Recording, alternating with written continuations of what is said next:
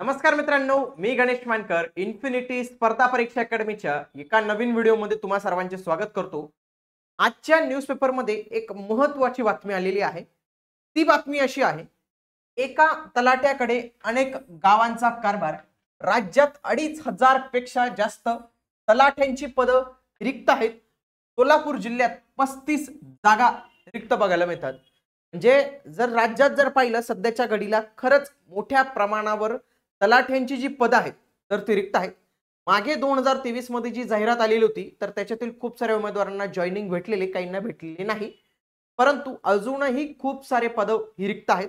तर ती पद शासन लवकरात लवकर भरू शकतं। ही जाहिरात देखील या वर्षी आपल्याला बघायला मिळू शकते।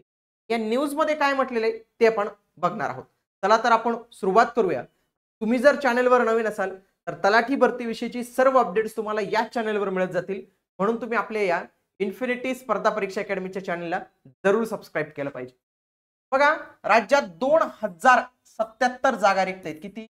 2477 जागा ज्या आहेत तर ते रिक्त आहेत।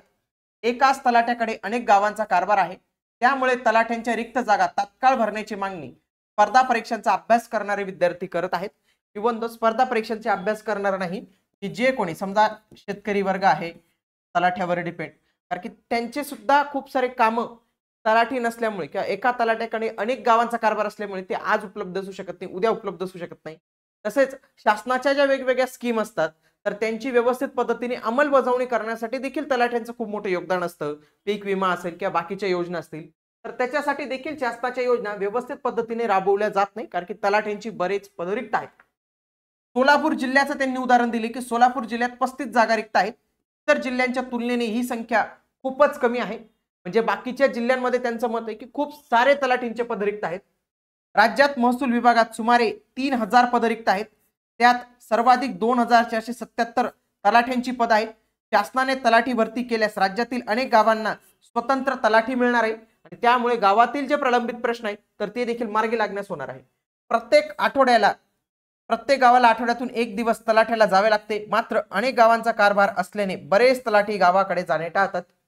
त्यामुळे शेतकऱ्यांची विविध कामांसाठी वारंवार त्यांना तालुक्याच्या ठिकाणी जे आहे तर ते जावं लागतं।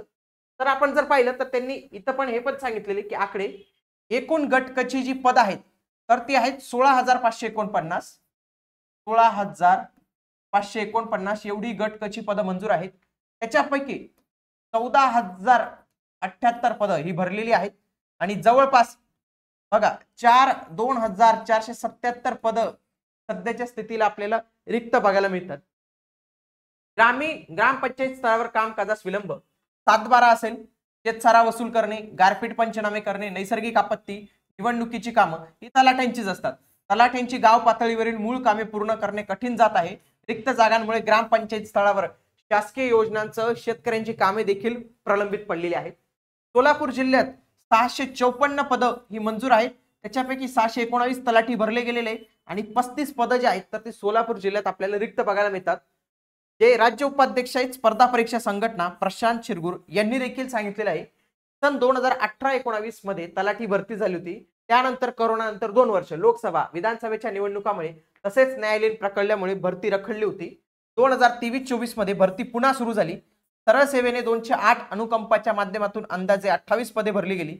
अद्याप भरती घेण्यात आल्या नाही, मात्र नवीन आकृती बंधानुसार तलाठी भरती होण्याची जी आहे तर ती शक्यता आहे। तर या वर्षी पुन्हा तलाठी भरती संदर्भात जे आहे तर ते शासन पाऊल उचलू शकतं असं खूप सारं जे आहे तर ते मत आहे, कारण की पद पण रिक्त आहेत। 2023 मध्ये झालेली होती, आता 2025 मध्ये याला काही कारणीभूत पण आहेत, जसं की सगळ्या महानगरपालिकांच्या ज्या निवडणुका आहेत तर त्या लागण्याची शक्यता आहे, म्हणून सरकार विचार करते की पावसाळ्यानंतर वगैरे जे आहेत तर ते आपल्याला तलाठ्यांचे भरती किंवा तुम्ही पाहिलं असेल की आता सगळेच महानगरपालिका किंवा सरळ सेवांच्या भरती देखील सुरू झालेल्या आहेत।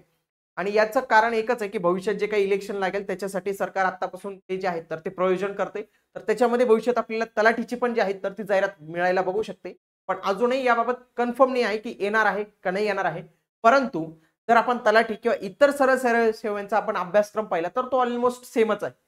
तुम्ही देखील कुठल्याही सरळ सेवा किंवा तलाठी भरतीची तयारी करत असाल तर तुमचे हे 4 विषय पक्के असले पाहिजेत। कोणते 4 विषय? बघा, मराठी, इंग्लिश, सामान्य ज्ञान, अंकगणित व बुद्धिमत्ता, हे जे 4 विषय आहेत ना, जर तुमचे व्यवस्थित असतील, तुम्ही तलाठी उद्या, सरळ सेवा द्या, कोणतीही स्पर्धा परीक्षा उद्या, तुम्हाला नक्कीच फायदा होणार आहे.